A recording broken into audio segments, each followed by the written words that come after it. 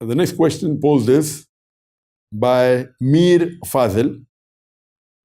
Assalamu alaikum. Can I use nasal drops while fasting?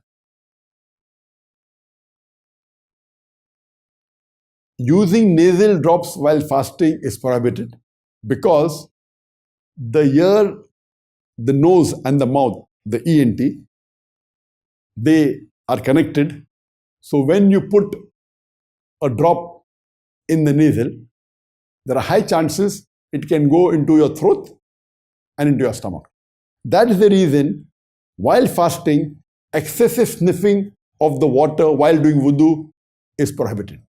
Otherwise, generally when you're not fasting, excessive sniffing of water in the nose is mustab, it's a sunnah, but while fasting, it is not to be done. Why? There are high chances that the water in the nose may go into the throat. So putting nasal drops, what natural high chance it will go into the throat. That's the reason putting nasal drops is not permitted while you're fasting. However, using inhalers or inhaling a gas is permitted, but in that inhaler, adding certain constituents in which it may have medicines which may act as droplets and which may go into, that's prohibited. But generally, inhalers, it is permitted.